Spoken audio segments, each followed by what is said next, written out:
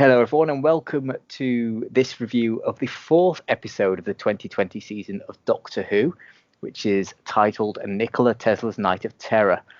I'm here as usual with someone who probably actually didn't want to sit through this episode, and I apologise for not knowing in advance what the nature of the threat was. But here's Mr. Nugent, as always.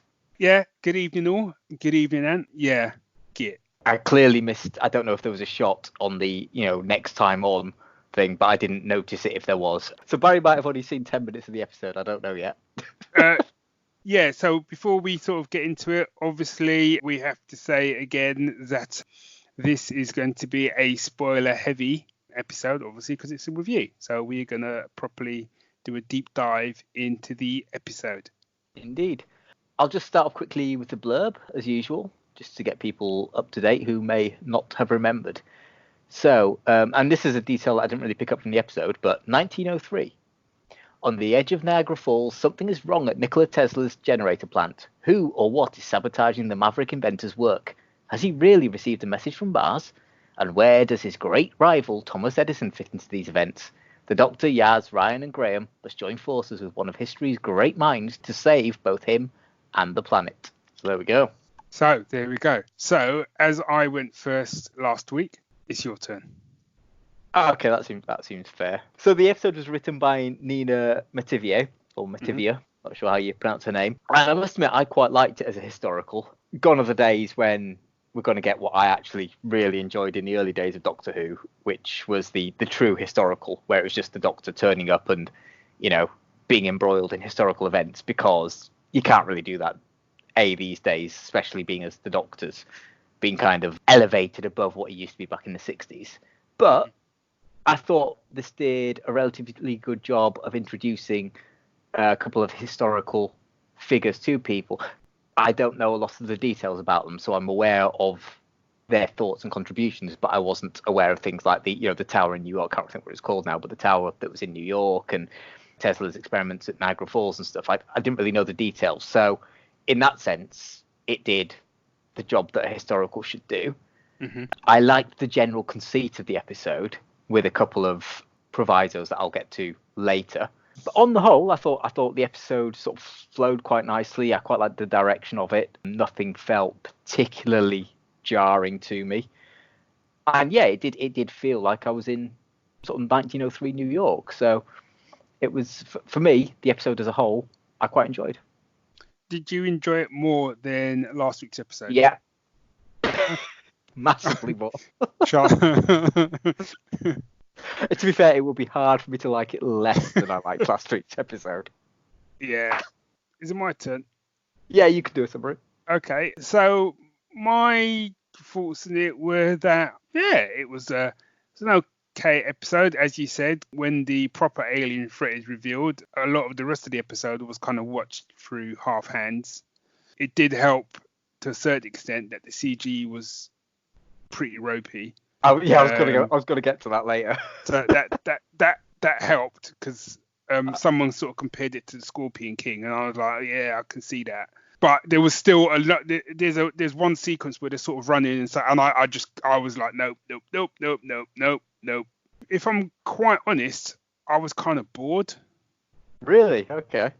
A lot of the Tesla and Edison stuff I actually thought was quite interesting, and in some ways I kind of found that more interesting than the alien stuff that was going on.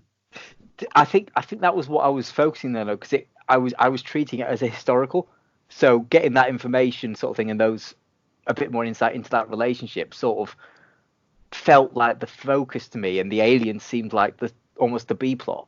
Yeah, I don't know, and I kind of liked the idea more that there was I always know there was always a rivalry between them. I don't know quite how it was from a historical point of view. It did give me the urge to, from the point of view, it did give me the urge to want to look up on them more. And like when he was talking about effectively Wi-Fi, I did go and look that up to sort of see. And the first thing when you go and search the name of the place, which I can't remember now, the exact tower comes up online and you can go and read about it and stuff like that. So I thought, actually, that's really cool. But I'd be more interested to sort of read up on sort of, especially Edison, because he wasn't necessarily painted in the best of lights in the episode, and it was very much kind of more that Tesla was the guy you should be rooting for. Yeah. So, yeah, which, as you say, I don't know if that's because, lazy writing, people like to root for an underdog, so let's make Edison bad, or whether he was actually, I mean, bad's the wrong word. He was a businessman rather than an inventor. Yeah. And he was a ruthless businessman.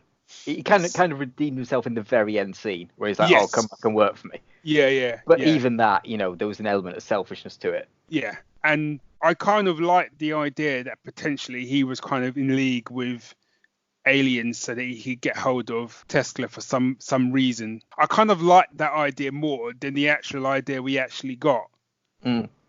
Which was effectively scavenger aliens who wanted Tesla to fix their ship.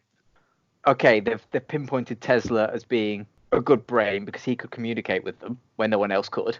Yeah. Great, fine, get that. But as soon as the Doctor turns up by teleporter and proves that she has far more scientific knowledge by identifying all the space parts, why are you still after Tesla? That's what I thought was weird. I thought that was weird because I'm like, not only is she clearly more intelligent than him, not intelligent, wrong way to put it, but clearly more intelligent than Tesla. Certainly more experienced in the technology of space travel. And probably going to be an easier sell. In my mind, it would have been better if they'd done a 180 and gone, so Tesla, we want you. And he could still sort of, I don't know, play it out the same way. I don't know. The whole thing where they were kind of like, either you give us Tesla or we're going to destroy the whole planet. I was kind of like, and we're just going to take your word for it. There was no real evidence to suggest that they could take the whole planet. No, that's what I meant. There was, Because even when you had that bit where they were running through the streets of New York, and they said London then, running through the streets of New York, and Edison just shoots one with a revolver and it drops dead. Yeah. It's kind of like, well, that ship ain't that big. Yeah. There ain't that many of them. They ain't taking this planet. Nope. And on the subject of the technology levels involved, one thing that annoyed me, and this is me being a really pedantic Doctor Who kind of nerd now, so please do forgive me, but the Doctor annoyed me at one point. Ooh. Purely because she said, "Oh look, that's a Silurian weapon. What are you doing with an alien gun?" The Doctor would never describe Silurians as an alien because they are native to this planet. Oh. It annoyed the living crap out of me. The other thing I would have quite liked was, quite clearly there was meant to be some link between these. I don't know if the alien race was called the Skithra or whether that was just the Queen, because I can't quite remember. But there was clearly a link to the Arachnos, from the Doctor Who Christmas special that you never watched with they introduced Donna. And I've seen, and part of me that thinks this now as well, which is I would have liked to have seen a reference to the Arachnos, because I've seen so many things online today about like, if you're going to rip off an alien race, at least make them look better than they did 10 years ago, sort of thing. Which is kind of a fair point, but also I don't think they were meant to be a rip-off of them. I thought they were meant to be like they evolved in a similar type, like cousin species almost, like, And the other thing is I hate, and I've mentioned this before, and I'm going to mention it again next week because of the race that's involved, is I hate alien races that are just Earth animals, but like sentient or humanoid, like humanoid dolphins or something. I think that's the most lazily creature design you can do. Yeah. And I get why people do it, and Russell T Davies did it a lot, and it annoyed me a lot then. I wish they had that the general alien dudes hadn't been the giant scorpions, because when they were the people with the red eyes, sort of slightly out of focus, they were creepy as hell. Yeah, and it worked. Obviously, I don't like insects or anything like that, so it worked for me because I didn't have to see flipping insects. But it fitted in with the time period.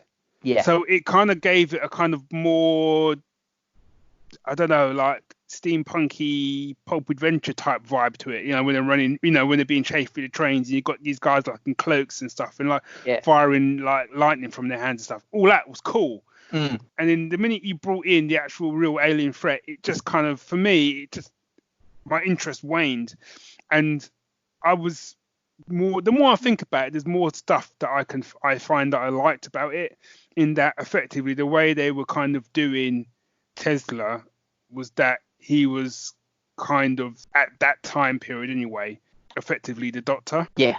And I like the little conversations that effectively his companion was having with Ryan and Graham, where they were almost like sort of comparing notes type thing. Yeah. What it's like to be with a genius, effectively. Yeah. And so that stuff I kind of liked. And the more I think about it, there's more that I like stuff about it. And I liked Tesla. I like Edison. I liked when both of them went into the TARDIS, that there was this kind of amazement, but the amazement lasted as long as it started for them to sort of go, right, well, how does this work? Which was different. It's different from how normal people view the TARDIS. Their brain was straight away into the science, not the impossibility. Yeah. And I like that it showed the difference between the two of them, in that one is more of a kind of, I don't know, workhorse, for want of a better word, and the other one's a visionary, in the fact that Edison went in and was trying to figure out and couldn't quite get there, whereas like the minute Tesla walked in, he was like, oh yeah, it's because of this, that and the other, and she's like, yep, spot on, because he could think outside of the, for want of a better word, he could think outside of the box. Yeah. And I've got to say again, even though it was done to the lesser degree, bear with me.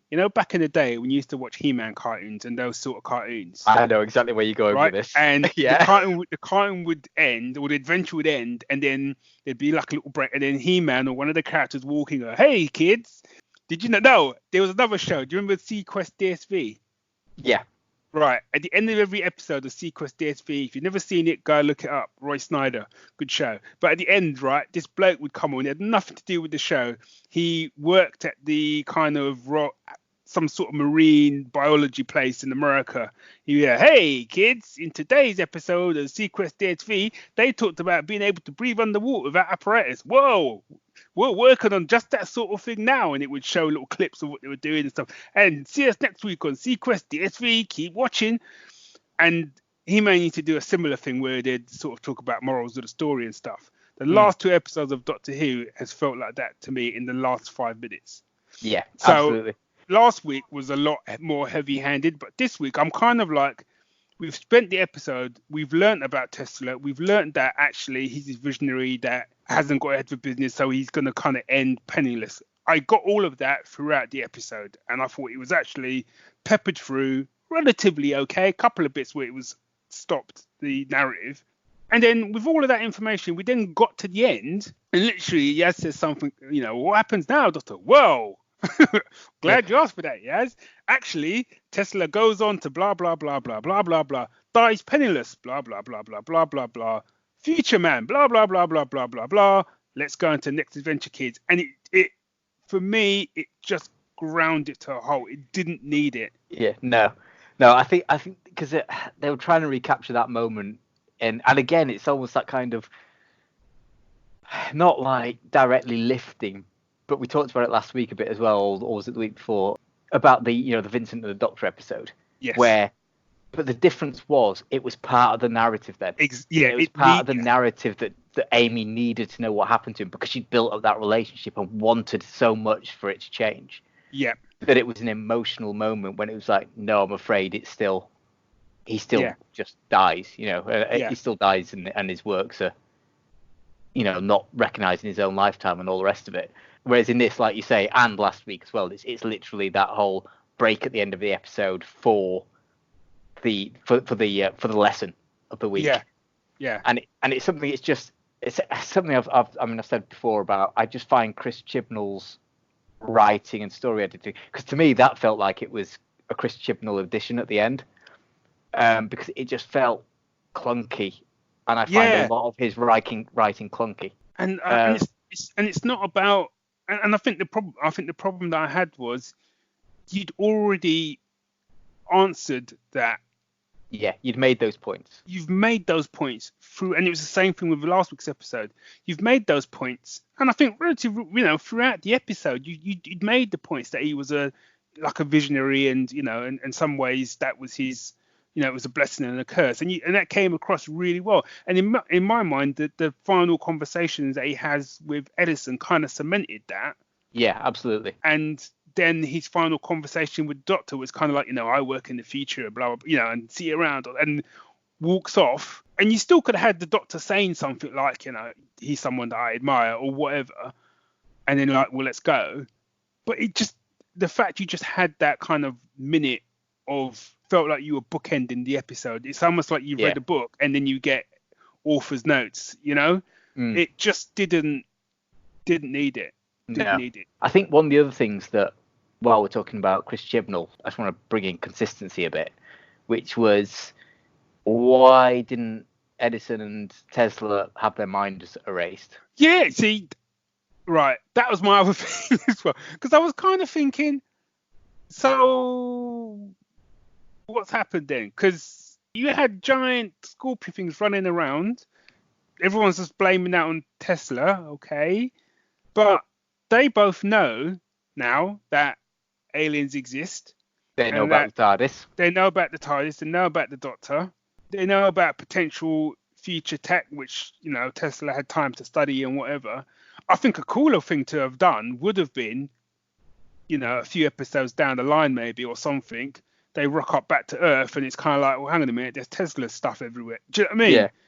Or and everything's changed. Everything's changed, But you're right. I kind of agree with you. Is that either they needed to mop up because they went through the.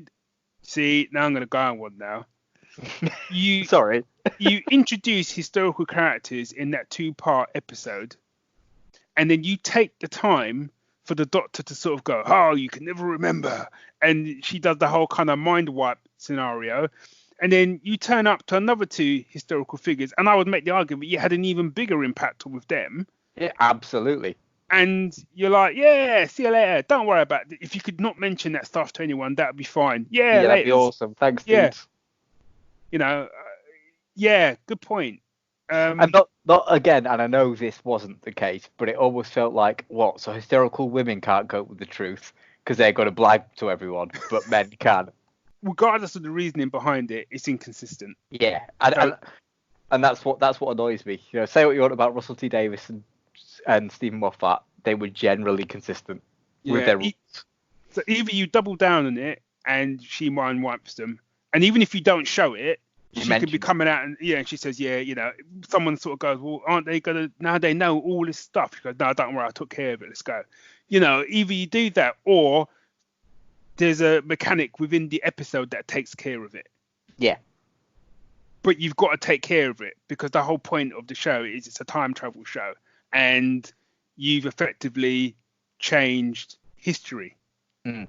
You were talking before, we had that big conversation last week's episode about kind of, fixed points in time and blah, blah, blah. Yeah. You've got these 2 massively important figures in the development of 20th century science, basically. And you show them and they repel an alien invasion. Mm-hmm. Right. To be honest, I'm kind of glad it happened because it sort of reiterates what I was saying last week, and I felt that you had very well argued me down and argued the fact that hey, it's not that big a deal because of this, and now I kind of feel vindicated slightly. Yeah, okay, fair enough. Fair dues. But but you were absolutely right in everything you said. It's just that again, it's that consistency thing. Yeah. So just a quick side note as well. I hadn't realised, and it's funny because I was talking to Sam Watts came up for Amy's birthday. He was the composer on the Sarah Jane Adventures. I met him at LSTC last year, and they were over here for Amy's birthday to do board games and stuff. And he was saying he needed to watch Legends of Tomorrow because Angie Mahindra, who played Rani in the Sarah Jane Adventures, she was in one of the episodes of Legends of Tomorrow as one of Charlie's counterparts. Oh, okay. And the reason I bring it up was not just a name drop, but also because the Queen in the episode was played by Angie Mahindra. And I kind of it was just because I was literally Googling this morning to confirm that, just to remember who she was in, because he'd mentioned she'd been Charlie in Legends of Tomorrow, and and I was just thinking, but she can't have been Charlie because Charlie was definitely not Rani, sort of thing. Yeah. So and I was just looking at her IMDb sort of thing, and it was like, oh, she was also in that kind of thing. But I remember she was really good in the Sarah Jane Adventures anyway. So yeah, so it was quite interesting to see. And in fairness, I thought the Queen, she played well with the words she was given, and the character she was given, because there wasn't a lot to work with. I felt the same as, Sarah Parish did it as well. Sarah Parish went full when she was the Queen of the Arachnos. She went full, OTT kind of villain with it, and I think Angie did quite a good job, because she managed to convey this sort of like, what's the right word? Single-mindedness. Yeah. That felt truthful. It kind of felt like it was a trait of the race, that it was, and this is kind of a counterpoint to what I was saying earlier about why didn't they jump on the Doctor? It was almost like she'd got so locked in on Tesla that nothing else mattered. Yeah. And I think I say Angie Mahindra, she played that quite well. Yeah, I think my other thing is as well, and you might have been able to help me with it, is that the whole one of the big things about the Doctor is the whole kind of no guns thing. Yeah. Right. So you have this whole bit where like Ryan had, he was holding like a gun, alien gun or whatever, and he was going to use it, and she's like, no guns. And there's another bit where like, Edison was running with a gun, and what's her name? Yes. Yeah. And Jessie shows. Wow. I'm gonna talk about the companions. To be fair, I've had a long day today, and she's kind of going like, "Where'd you get that from?" In a negative point of view, and their solution to their problem revolves around them a giant sky beam to destroy the alien queen, because that will take out the rest of them. I completely agree with you. So I was, and then when they fired, and then when she kind of, which was a cool move, don't get me wrong. And actually, before that, the Doctor showed a little bit the Doctor that I've been waiting to see. Where she gave him the chance. Yeah, it's like, you've had your chance, and actually, when you die, you're gonna blah blah blah. But kind of sent her back to the ship, and it's like, now, and you fired the giant beam, and I'm like, it almost felt to me like there was like a staff meeting where like someone in the back room said, look, just, Gary here, just want to say, I don't think you can destroy the ship, because that kind of goes against the whole Doctor's not killing people thing. And it's effectively, it's a giant gun. You can call it whatever you want. It's a giant gun. It's a lightning gun. It's a lightning gun pointing at a ship that you're going to destroy. And you've actually going to destroy the queen of the entire race of people. Well, entire race of giant scorpions, which personally I don't have a problem with. And that isn't really, there needs to be a bit more of a dilemma if we're going to go down that. I'm not saying you can't do it, but there needs to be a bit more of a dilemma from the Doctor about it. Because earlier on page 45, she was saying no to a much smaller scale version of what she does later on. So I struggled with that. I was like, wait. I agree with you. I mean, completely, I agree with you. I mean, there have been instances in the past of the Doctor using weaponry directly. Yeah. As well. I mean, let's face it, the Doctor very often uses weaponry and kills indirectly. Yeah. I mean, let's not forget the time when he manipulated Davros into launching a Gallifreyan super weapon into Scarrow's sun and obliterating the entire Dalek race for a while. Yeah, that was and also in the same season, he blew up an entire cyber fleet behind the Earth's moon using another Gallifreyan super weapon. Yeah. So, there are instances of that, but they've never been quite direct as I've just built a giant space cannon and I'm going to use it. So within the context of of Modern Who, right? I'm going to give an example to prove what I've been saying. So in David Tennant's first episode, there's a whole thing with alien invasion and everything kicking off, and he solves the problem. He defeats the alien king or whatever one-on-one, and he actually takes him out or whatever, and he's like, leave the planet, don't come back, I'm the Doctor, the stick. Yeah. And they're leaving, and a giant sky beam blows the ship out of the sky. Yeah. And it's Torchwood that have done it, and then he loses his marbles, and the Prime Minister, that's when he drops that line, doesn't she look tired? Yeah. Right. This is exactly the same plan. Yeah. This is exactly the same. No matter how you slice it, it's the same plan.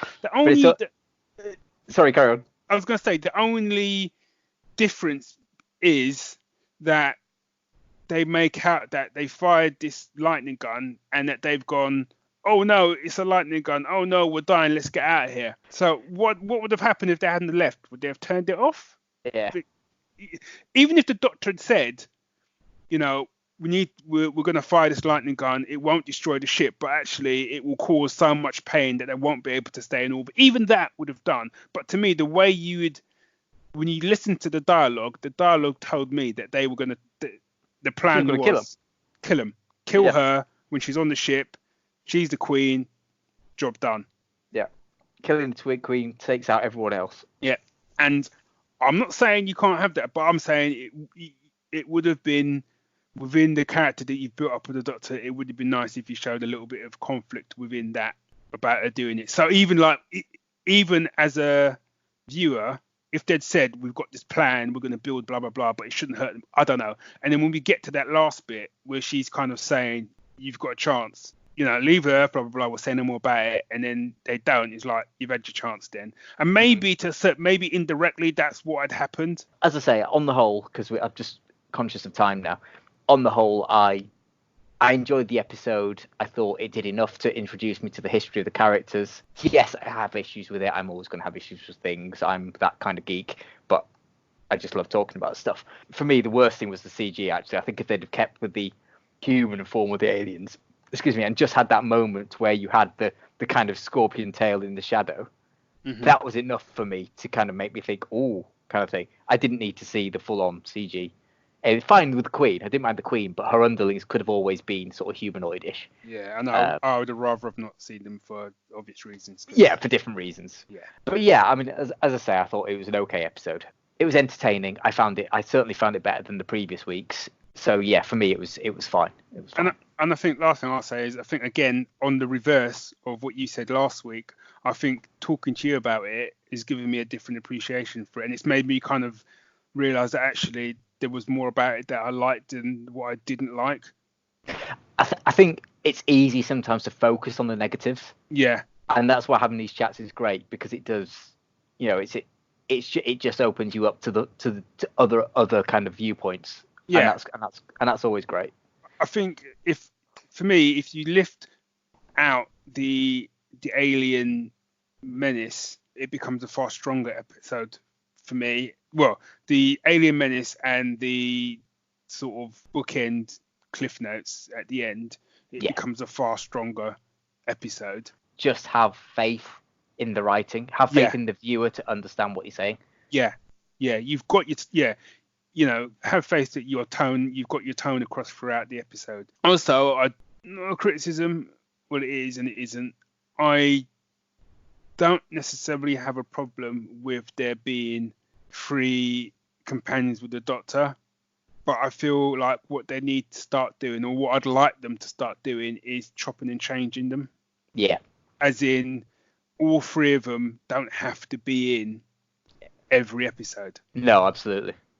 You know, I would love to see a Doctor and Yaz episode, or a Doctor and Ryan episode, or do you know what I mean? You could get a lot more development of the characters that way. Yeah. It's too much. They had this trouble in the 80s, and they wound up killing it, where you had, so when Tom Baker kind of regenerated, you had 3 companions in the TARDIS. You had Tegan, Nyssa, and Adric. Yeah, I remember. And they realised it was too many people. And this was back in the day when there wasn't really any character development in Doctor Who, particularly, you know. So for them to realise you've got too many people there to actually spread the load of the story, it kind of makes you think, how are you not realising that now, when we do actually care about characters, and the writers seem to care about trying to develop characters a bit, you know. And people expect that in a TV show now. Yeah, and I think when you think back to, I'm not picking like obvious ones, but when you think about Donna, when I first sort of started watching her, I didn't like her. She kind of did my head in a bit. But the more she travelled and they developed her character, and I think they had the episode with, which probably wasn't that far into it, to be fair, but they had the episode with Pompeii and stuff, and I think that, and she has that big kind of confrontation where she's like, you know, you can't just, you know what I mean, you've got to save someone and all the rest of it. After that, I was on board with her, and then she just continued to develop, and then I think her kind of end where she effectively does get the mind wipe and she loses everything. And she, that's what she says. Effectively, you're killing her because she just goes back to the person that she was before. I thought was just heartbreaking. Whereas because there's so many of them, I've just got no real attachment to any of them. No. And I think the attachment that I kind of had to Ryan and Graham in the last series was more driven by the fact that, they'd had this loss. And actually, the person that they lost, who was actually a really good character, was probably better than all three of them in the limited time that she was in. Yeah. And I think they need to kind of do something to kind of address that, because at the moment they're just three characters that go along with her, but I'm not seeing any development in those characters. Yeah, no, I completely agree with you. I think that's a reasonable place to wind up. I do. So thanks everyone for listening. We hope you'll be back for next week's episode, which, I can't remember what it's called now. Bear with me 1 second while I find out. It will be called Fugitive of the Judoon, cool. Which I was trying to be coy about who was in next week's episode, but now I've just ruined it. So nicely done. Yeah, well, to be fair, they ruined it by doing like they used to do back in the day with the Daleks and Cybermen and having them in the title. Yeah. Earthshock was far stronger because you didn't know Cybermen were coming back. Anyway, so thanks everyone for listening. We will talk to you again next week. Hopefully this will come out a bit earlier than the previous two episodes. Last week I missed my editing deadline because I was down in a Microsoft conference down in London for a couple of days, so Barry had to pick up my slack. And I picked the slack up late, so apologies from me as well. So apologies for that. But this should hopefully be out in the next couple of days. Thanks for listening. You can find us obviously at the Geek Syndicate website. You can leave comments for the episode on there. You can email us at thegeeks@geeksyndicate.co.uk. You can find us on Twitter, which Barry is at Geek Syndicate. I'm at WedgeDoc. You can find us on Facebook with the Geek Syndicate page on there. It's an invite only thing, but ask for an invite, and as long as you're like us and like to discuss things pretty much, civilly, then, you're all welcome. So yeah, thank you very much. We will talk to you next week. Cool. Bye all.